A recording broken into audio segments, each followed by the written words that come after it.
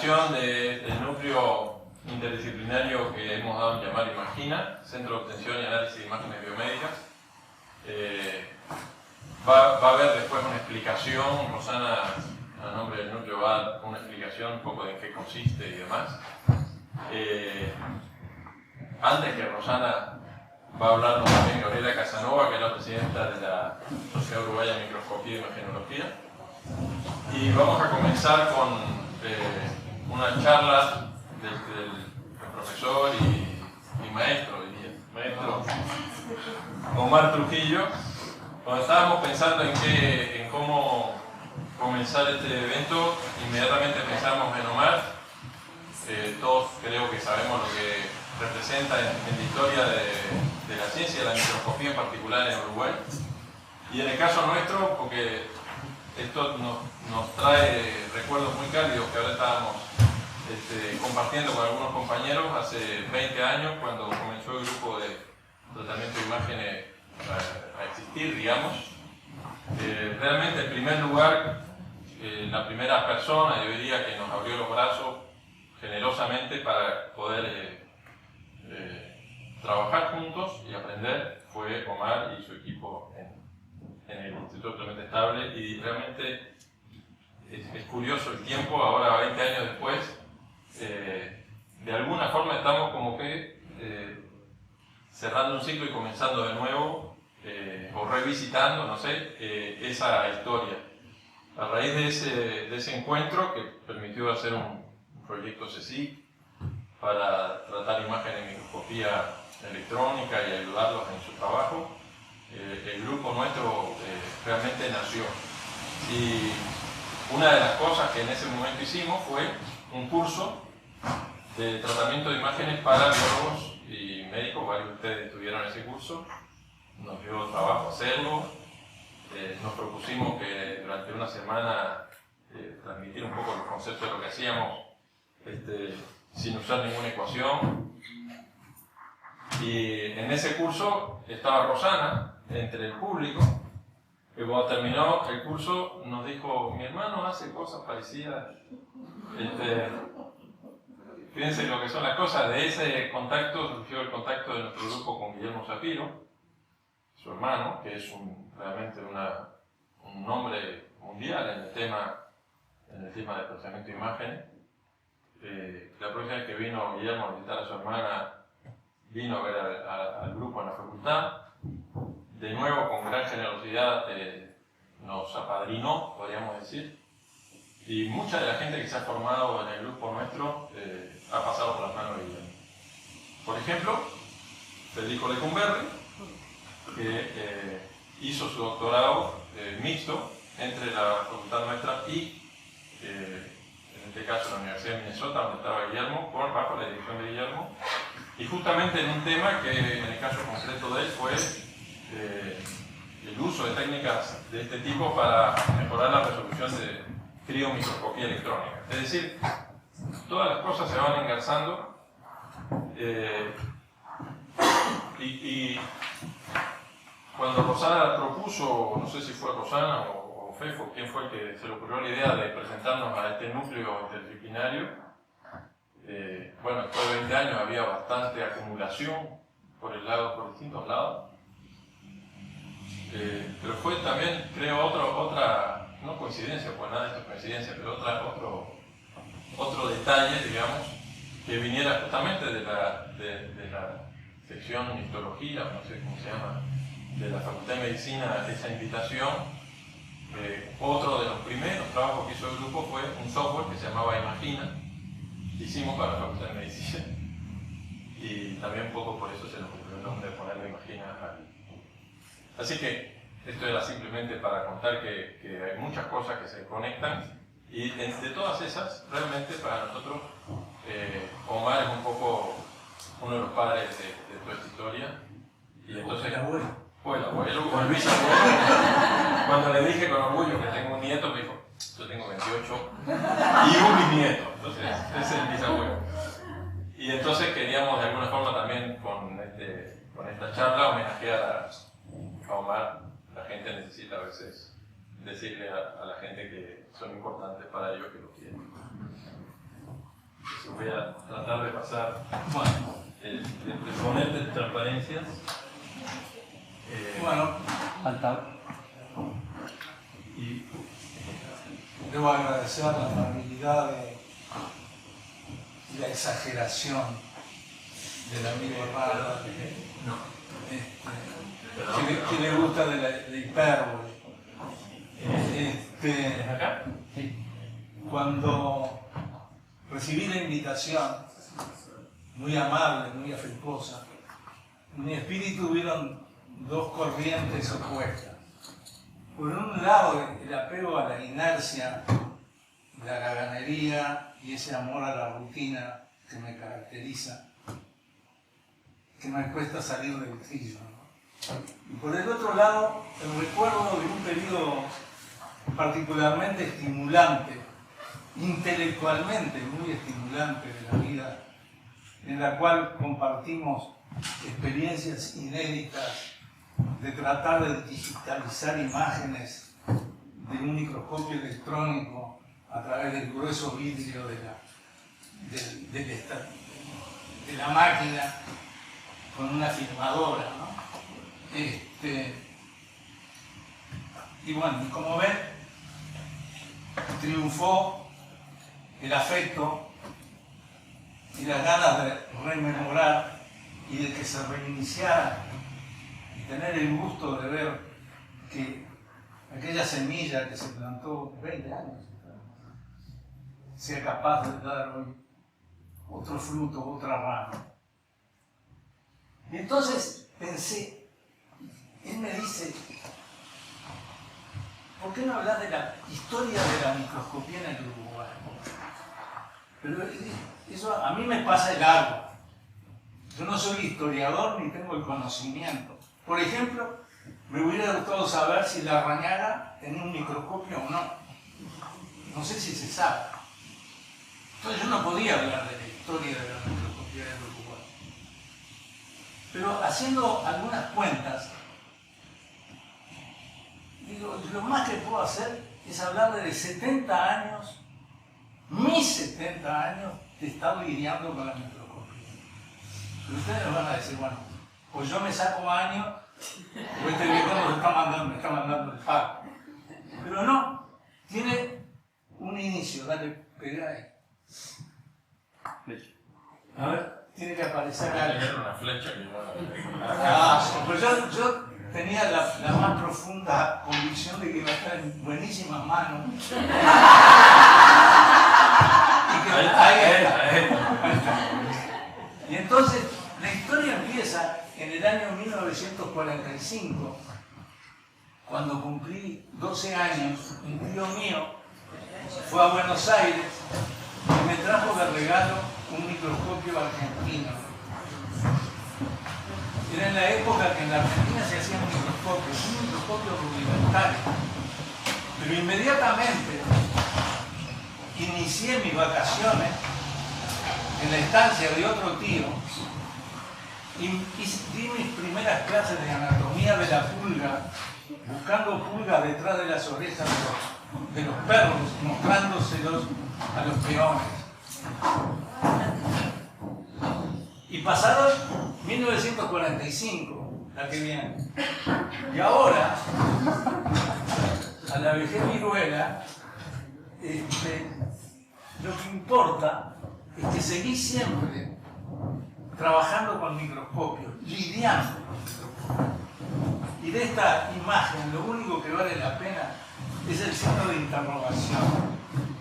Porque estoy realmente interesado y asombrado por los cambios y los avances importantísimos que ha tenido la microscopía.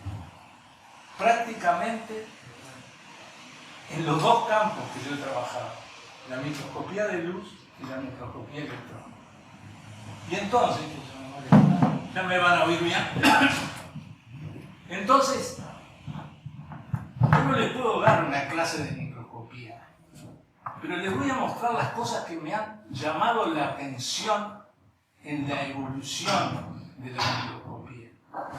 Y aquellas cosas que a veces pasan frente a los ojos de nosotros cuando enfrentamos un microscopio de luz o cuando tenemos que hacer una opción de adquirir, cuando por una de esas fortunas se consigue algún dinero y hay que adquirir un equipo. Entonces, les voy a introducir algo de abstracción y generalización. ¿Hay un indicador? ¿La que viene? Entonces, en esencia, y dejando el modelo y lo que sea, lo que considero que vale la pena reflexionar y tener en cuenta, que cuando tenemos un objeto y lo iluminamos con una fuente de luz, que puede estar, como está acá, transiluminando el objeto, pero que puede estar detrás del objeto, o que, como verán al final, puede estar oblicuo al objeto, y hay un sistema capaz de formar una imagen del objeto que es diferente del objeto. Primer punto que tienen que tener en cuenta, y yo le puse un arito azul a lo que sería el objeto. No es igual. Dale, apretar la mano. Y entonces, esa imagen es la suma de cada punto, que es el point spread function, multiplicada por la intensidad de la luz originada en el punto correspondiente del objeto. Después de esta imagen, sí, está bien, la podemos dibujar, fotografiar, digitalizar y procesar. Esto sería como el background, como lo que deberíamos tener de fondo en lo que va a ser esta especie de visión, mi visión, durante estos 70 años que he transcurrido lidiando con microscopios. Entonces, primero vamos a ver las fuentes de luz. Pasar a primero. La primera fuente de luz fue el Sol. Sobre todo, la fuente de luz que se dice que Redshift, acá algunos colegas biólogos, ese será un nombre que dibujaba, ¿verdad?, con la luz del Sol, que la reflejaba en el espejo del microscopio, y saben quién es don Santiago Ramón y Cajal. Esta fue, digamos, la primera fuente de luz. La fuente de luz habitual, además con la que yo experimentaba en esa cocina de la estancia, buscando poder iluminar bien la pulga para que los peones la vieran. Posteriormente, se empezaron a utilizar fuentes de luz externas.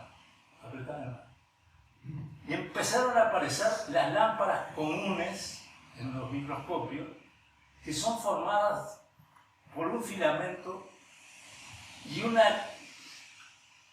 filamento abolladito de tungsteno o wolframio, ¿verdad?,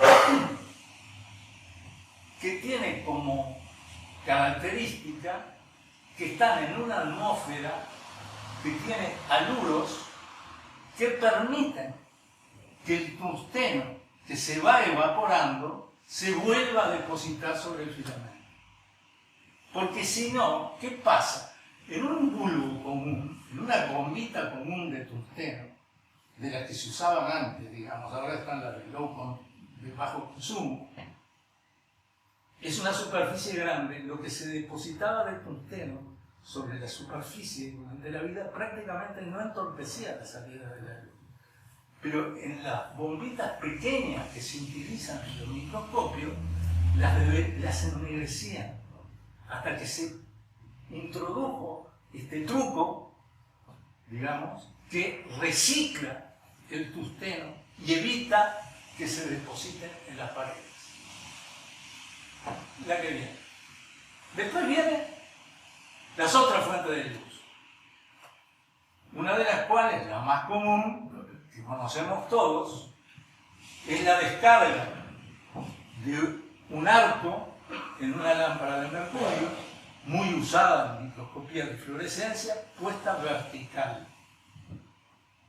Tiene, dale de nuevo, es una descarga continua entre dos electrodos y todo contenido en un bulbo de cuarzo. Está con un gas a alta presión y tiene unas gotas de mercurio. Son excelentes respecto a la emisión, pero tienen dos problemas que las están tratando, que las empujan fuera del mercado. Primero, están a alta presión, son proclives a explotar. Afortunadamente, en toda mi vida nunca había explotado ninguna, pero son proclives a explotar. Y segundo, tienen mercurio. Y el mercurio es mala palabra. Segunda opción, dale de nuevo. Una descarga de un tubo igual a este, o muy similar, puesto horizontal, pero en el foco de un reflector, en el foco posterior de un espejo elíptico, refleja la luz y la luz es transmitida por una guía de onda generalmente líquida, y de ahí va a la fuente, va al microscopio. Ventaja. Esto se puede colocar casi a 3 metros. Aplicar de nuevo, por favor. Pueden colocarse casi a 3 metros del estativo y tienen una vida mucho más larga que la lámpara común. ¿Qué otro defecto tienen estas lámparas? Es imposible hacer un estudio cuantitativo sobre la fluorescencia que potencialmente emita un fluoróforo o las variaciones que tenga ese fluoróforo a lo largo del tiempo. ¿Por qué? Porque la luz, la intensidad de la descarga varía. Y varía por 3 factores. Uno, por el lugar donde se forma el arco, que va cambiando a lo largo del tiempo y en el transcurso de horas. Y segundo, porque en vez de seguir una línea, una descarga, uno piensa en una línea, una chispa vertical, fluctúa, se lateraliza. Y entonces, de hecho, se microdescentra con una determinada frecuencia. Por consiguiente, en vez de tener un nivel de luz, digamos, plano, se tiene fluctuación. ¿Me creéis, por favor?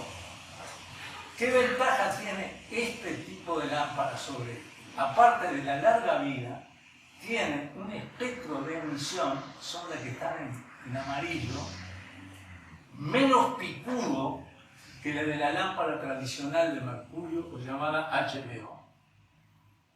Y entonces cubre en forma continua una rama del espectro que no es tan picuda como la de la clásica HBO. Y por último, la que viene, por favor, los que están empujando para entrar en el mercado, como se imaginarán, son los LEDs, Light Emitting LED, ¿verdad? Light Emitting Diodes.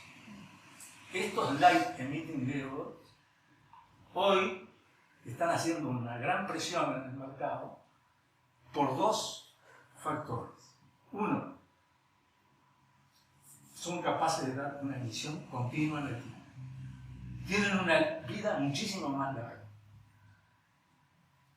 Se los combina en unidades que cubren varios LEDs que emiten en distintas longitudes de onda. Haciendo los switching correspondientes, uno tiene una unidad que le permite trabajar con todas las longitudes de onda que necesite para excitar al fluoróforo de la elección. ¿La que viene? Por último, hay una valoración que vale la pena. Encontré en un trabajo relativamente reciente. Aquí tienen la forma de emisión TRAP. Esto es un corte del haz de luz. Esto es una bomba de mercurio, una lámpara de mercurio clásica. Esta es la que usa el reflector y esta es la que tienen los LEDs. Ustedes ven que el arco de mercurio cae bruscamente, mientras que la otra se mantiene en esta región del espectro. Y la valoración final que hace la gente que hace este trabajo es un conjunto de japoneses. Ponele ahí, por favor. ¿Dónde está? Es una valoración de costo-beneficio. Si usted trabaja más de 8 horas al día con una lámpara de mercurio, los costos de reposición de la lámpara, más la mano de obra del experto que la debe cambiar y centrar, hacen que le valga la pena comprar un sistema LED. Si usted es un visitante esporádico del sistema de fluorescencia, quédese con la lámpara que tiene. No le vale la pena comprar un LED. Eso a la fecha del trabajo de estos nipones, ¿no? Que era 2010. ¿Está? Quiere decir que esta es la conclusión que tenemos sobre lo que son hoy las fuentes de luz.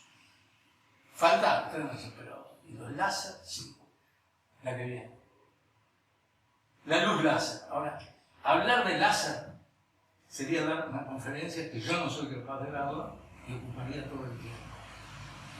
Lo que sí es que los láser tienen la luz láser tiene algunas características que valen la pena recordar. Primero, es importante que tienen dos regiones, lo que se llama el campo próximo y el campo lejano. De los láseres, la zona de trabajo con el láser es el campo lejano. Por eso, la trayectoria del camino del láser, sea cual sea la marca que usemos, es en general larga, aunque tenga un camino, aunque esté en una caja relativamente chica, rebota en muchos lados, porque es importante trabajar en el far field. Entonces, apuntado lo que viene, sus virtudes, tiene longitudes de onda prácticamente puras. La luz es coherente, recorre larga distancia, puede expandirse y cubrir la totalidad de una apertura si es necesario, y también puede concentrarse en un punto extremadamente brillante. ¿La que viene? ¿Dale? ¿La que otra más?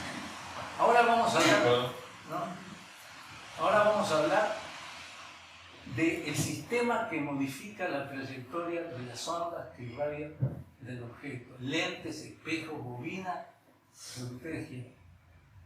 Lo primero es el objetivo del microscopio. El objetivo del microscopio tiene una información que mucha gente ignora y que es importante primero, para la elección del objetivo, y segundo, para poderle aportar datos a aquellos que deseen o que quieran manejar y procesar la información que contiene la imagen que formó este tipo de objetivo. Entonces, lo primero, ¿qué quiere decir acro? Quiere decir que está corregido para dos longitudes de onda. Solamente. Dale, la que viene. 50 por, obviamente el aumento. La que viene. El signo de infinito. El comerciante y el folleto, ¿qué es lo que es? Está corregido al infinito. Mentira. No es así. Quiere decir que de estos objetivos los rayos salen paralelos, ¿verdad? Entonces, en mi época, cuando le digo mi época, los años 60, era común hibridizar los microscopios. Sacarle ya el size de un objetivo size macanudo, lo ponemos en este otro estativo. Y eso marchaba bastante bien, hasta que apareció esto. Cuando los objetivos empezaron a dar los rayos que salen del objetivo por difracción de la imagen, salen paralelos, solamente pueden ser procesados, en el sentido no procesados al estilo Randall, digamos, sino procesados ópticamente, siempre que el microscopio tenga ultralente arriba. Entonces, si por esas cosas decimos, tengo un objetivo por 40 que me puede servir, pero fíjate bien si es de la vieja estirpe o tiene esto. ¿Y en qué microscopio lo vas a poner? Apretá otra más. Muchos tienen este anillo corrector. ¿Qué es anillo? ¿Qué corrige? Corrige la aberración esférica.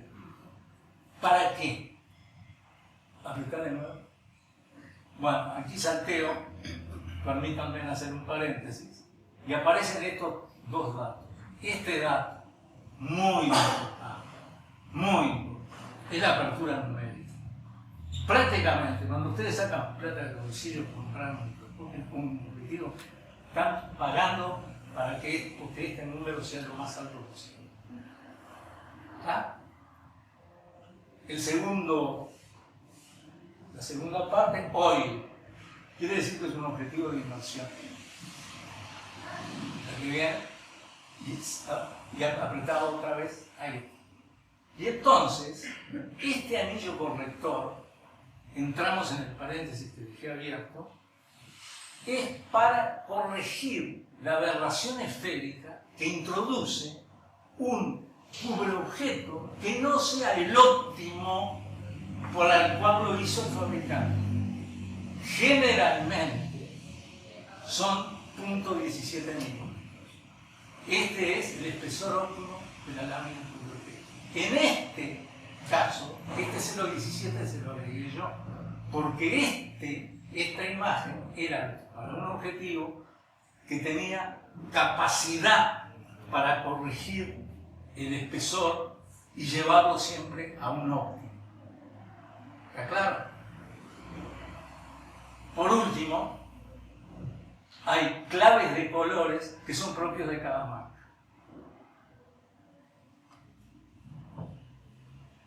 Y entonces, si a uno le dicen, ¿cuánto cuesta este objetivo? Le dicen, $3.500. Se me ocurre un canuto de fierro así con dos lentes. Bueno, digamos que las apariencias se engañan. Pasar a que viene. En realidad, un objetivo es una cosa bastante complicada. Un buen objetivo es una cosa muy complicada. Como ustedes ven, no es una lente y otra lente, sino es un conjunto de lentes que corrigen este triplete que está acá, que es el corrector de la aberración cromática. Y como ustedes tal vez se den cuenta, ven que hay anillos acá. Y entonces eso quiere decir que pueden tener movimientos relativos entre ellos. Cuando el que lo hace, lo ajusta, usa herramientas especiales para poder cambiar la distancia que va entre estos componentes. ¿Está de nuevo? Y si con este objetivo miramos este pequeño objeto, lo que importa, vale, no, es el ángulo, este ángulo con el cual entra la luz al objetivo.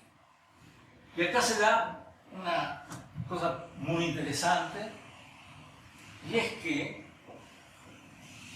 los rayos que llevan la mayor información son aquellos que entran más en el borde de la lente.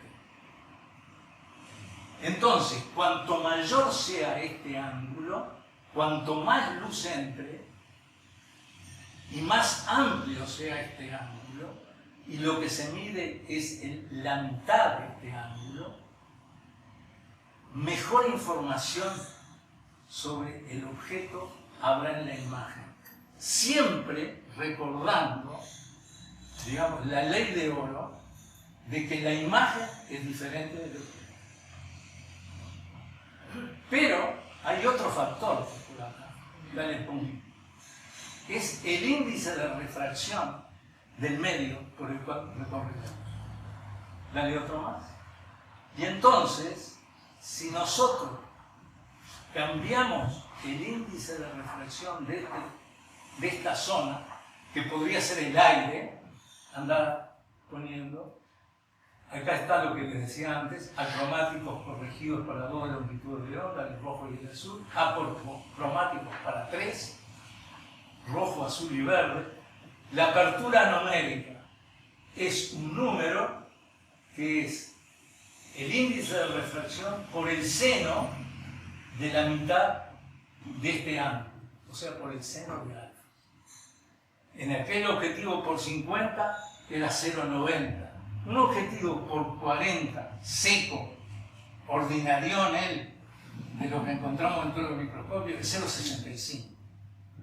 Un objetivo por 40, y ese vale, digamos,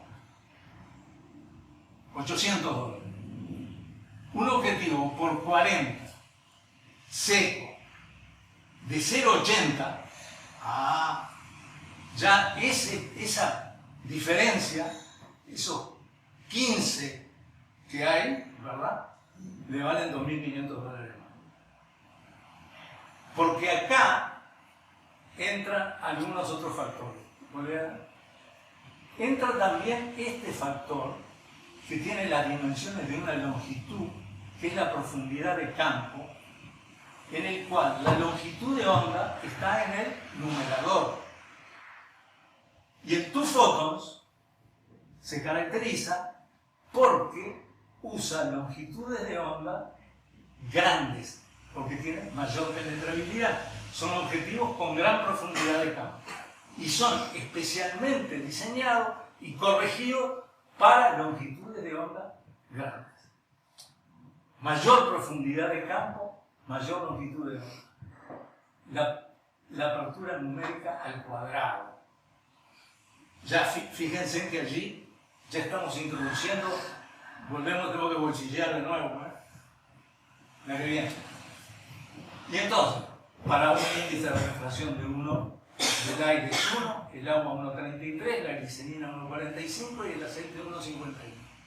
Y para mi asombro, hoy hay objetivos de multi-inmersión que se pueden usar con agua, con glicerina o con aceite. Me imagino que ahí habrá que bolsillear de nuevo y la que viene. ¿Y qué decir de la resolución? Bueno, yo encontré una descripción bastante interesante, digamos, para los que no somos matemáticos. Pasarle bien. Que dice que el proceso por el cual se genera en un microscopio una imagen es similar al intento de pintar a la perfección la estructura del objeto con un pincel algo desmadejado. Es una traducción libre mía.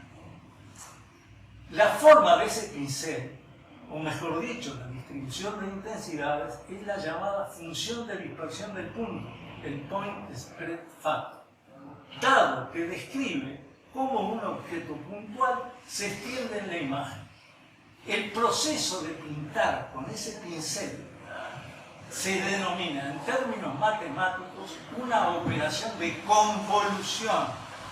Yo me imagino que a la mitad de ustedes ya pusieron deconvolución. ¿no? El objeto es convulsionado por la función, en español suena raro, ¿no? La función de dispersión del punto para formar la imagen. Por lo tanto, la fineza, al igual que la forma del pincel, determinan el grado de detalle que puede ser observado en la imagen. En corto, lo que importa es el point spread factor. ¿Y qué es el point?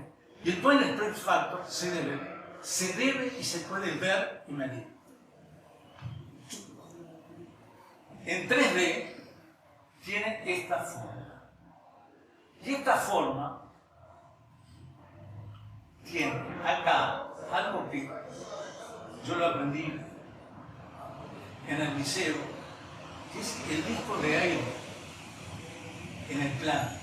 Lo que no sabíamos es que también se extendía en la dimensión Z.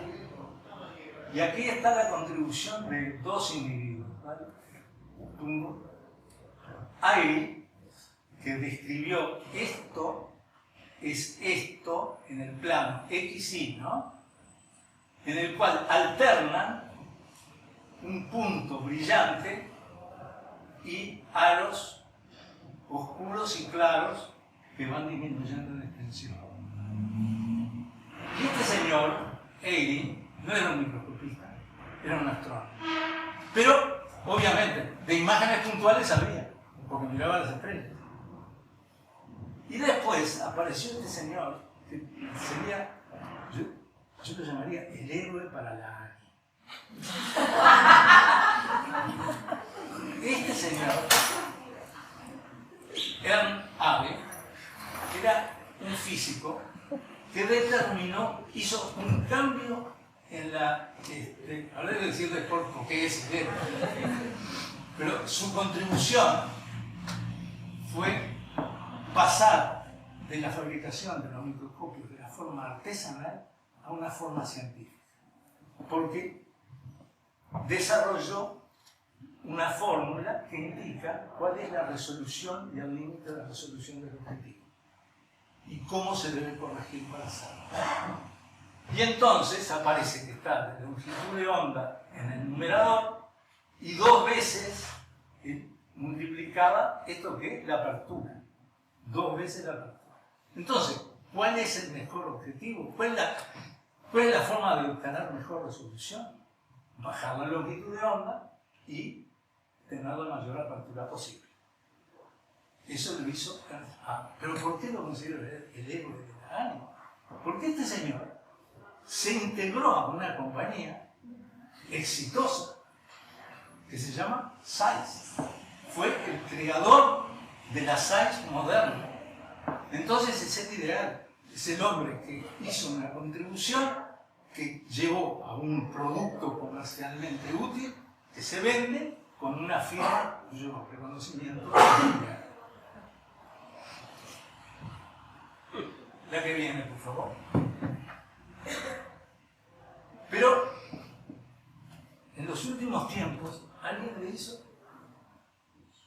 empezaron a pensar, y esta fórmula de Abbe es tan determinística, estamos apretados absolutamente por la fórmula de Abbe. Y yo usé acá una palabra que tal vez, que en mi época se usaba en el fútbol, un dribbling. Y había una españolización que era driblear, con una forma más lunfarda que era hacer una moña. Era eludir a un equipo. Ahora, la palabra dribbling y driblear no se usa más. Entonces le hicieron un dribbling a Abbe, y es la microscopía de la superresolución. Y entonces, lo interesante es que se cambió el foco. Siempre pensamos que íbamos a mejorar la resolución con la máquina, y que la base era la máquina, el objetivo. Y es verdad, el objetivo es muy importante, la apertura numérica es muy importante. Pero a los fluoróforos le habíamos dado muy poca bola. Y hubo un tipo con una forma, después hay otras, pero yo le voy a mostrar una que a mí me cautivó porque me parece realmente ingeniosa. Pasa la otra.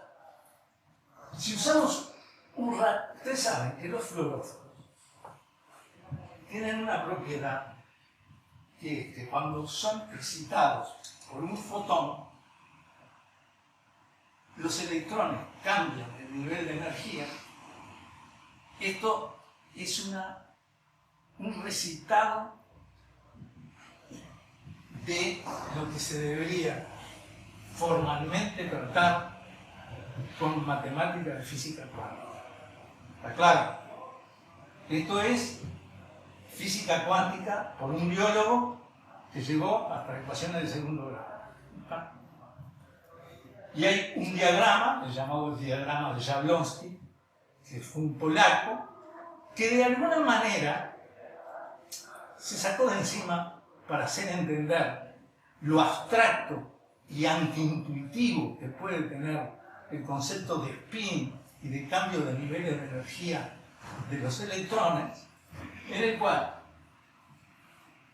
al ser excitado el fluoróforo, los electrones cambian el nivel de energía. La ley es: el electrón ama el ground, desea estar en el nivel más bajo, digamos, sube, hay una pequeña transición y baja al nivel de energía bajo, deja de ser excitado y libera esa energía en forma de otro fotón que tiene una longitud de onda mayor que la del fotón excitador original. Y entonces ese fluoróforo queda por un tiempo off. ¿Está claro? O sea, supónganse que todos ustedes ahora estuvieran conversando y yo quisiera oír la palabra de uno de ustedes. Entonces yo les pediría: por favor, cállense. Entonces, tal vez ahí oiría la palabra del que yo quiero oír. Lo que hace este concepto es que un primer haz de electrones neutraliza, pone off a toda esta cantidad de moléculas de fluoróforo que en su estado activo están en blanco, las pone en negro, salvo que el ingenio del que lo concibió es que este rayo de excitación, de deplexión, tiene un agujerito, el hueco. Entonces, ¿qué queda aquí? Aquí quedan 3 moléculas, digamos, ¿no? Sin excitar. Todas las demás calladas. Y ahora, segundo rayo. ¿Vuelve a apretar? Y entonces, estas que estaban en estado excitable, emiten luz. Y entonces hice callar a todas las demás y conseguí que hablara solamente esta.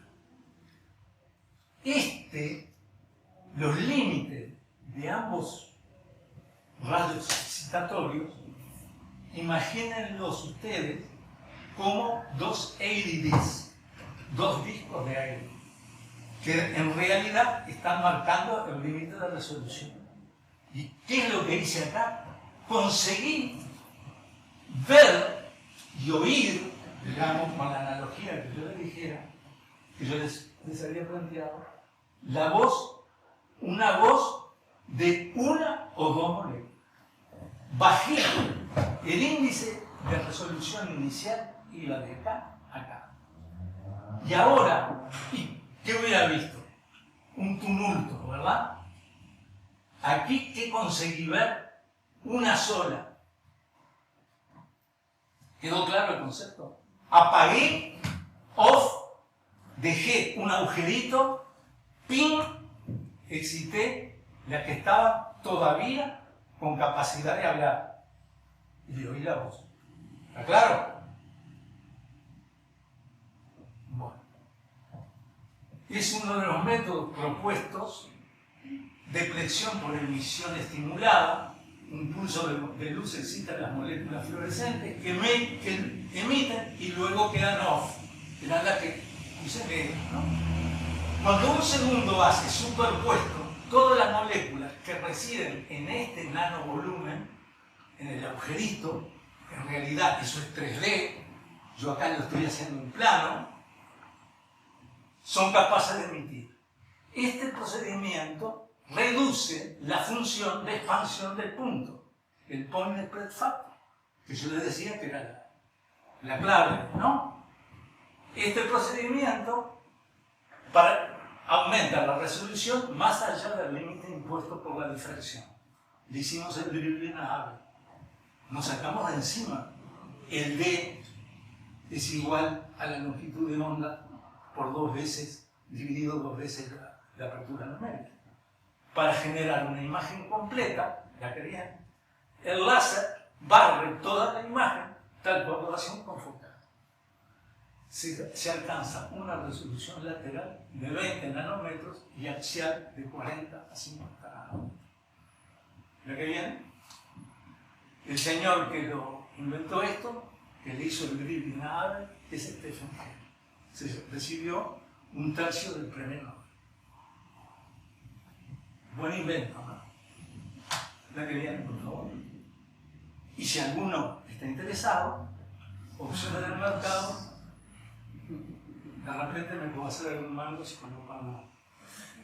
¿La que viene?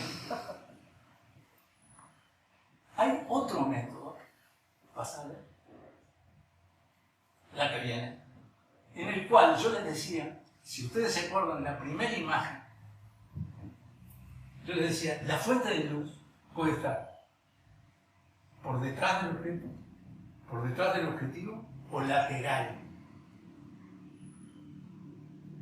Cuando está por delante o por detrás, se llama far field emission.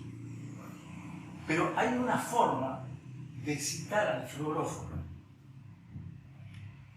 y es usar un haz de luz oblicuo que lo excita por lo que se llama la onda evanescente, que entonces capta muy poquitas moléculas de la superficie.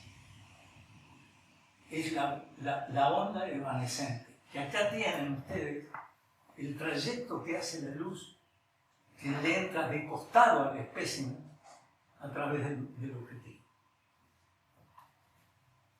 Con esto también tiene una ventaja y otra desventaja. Sirve para estudiar las superficies de las células, digamos, si estamos en un ambiente de biólogos. ¿La que viene? ¿Y cómo nos manejamos sin superresolución? Yo les voy a poner un ejemplo, como yo les decía, son 70 años lidiando con los microscopios y un problema que se nos presentó y que lo resolvimos sin supermicroscopio. El problema, no importa. No vale la pena. El problema, unas células alargadas de la médula espinal que cuando son excitadas por ATP o por su análogo producen una onda de calcio. La onda de calcio se propaga porque se van activando receptores para el ATP. La célula, después la van a ver, son células alargadas. Se considera que las ondas de calcio se propagan porque entra calcio y después, a su vez, ese calcio que entra activa canales en compartimentos que tiene la célula que contienen calcio y empieza a propagarse, ¿verdad?, a lo largo de la célula. La célula C, este es el soma, acá está el si con una pipeta poníamos ATP acá, se generaba una onda de calcio que volvía para acá. Si poníamos el ATP acá, otra que una onda de calcio que iba para acá y para acá. Acá hay un canal que se llama canal ependimario. Eso para los biólogos, que los físicos lo olvidan. Entonces, el problema era que queríamos saber si acá había reservorios de calcio potenciales, que en términos biológicos podía ser el retículo endoplásmico. Era ver por debajo de la resolución que da el microscopio de luz. Y entonces hicimos una Translational Electron Microscopy. Se los digo así en inglés porque suena lindo. En realidad, acá está la célula original, fue registrada, tiene esta forma. Entonces, ¿qué se hizo? Se le inyectó biocitina, se reveló esa biocitina con una reacción que producía un material electrondenso, y después hicimos la microscopía electrónica y vimos que había agujeros que podían ser correspondientes a las cavidades que deja el retículo endoplasmático. Como estas células en este procedimiento son maltratadas, las comparamos con células ortodoxamente tratadas para microscopía electrónica y comprobamos que efectivamente existían cisternas de retículo endoplásmico todo a lo largo de las células que podían ser las que fueran transmitiendo la onda de calcio desde el lugar de estimulación hacia cualquiera de las dos. Finito.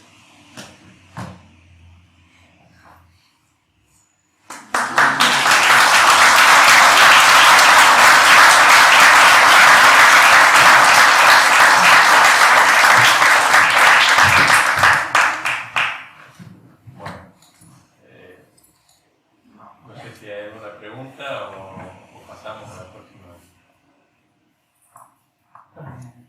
Después vamos a tener unas cosillas ahí para comer y ahí podemos conversar con más. Así que muchísimas gracias y le damos la palabra entonces a la próxima doctora. Déjame ver si... ¿no?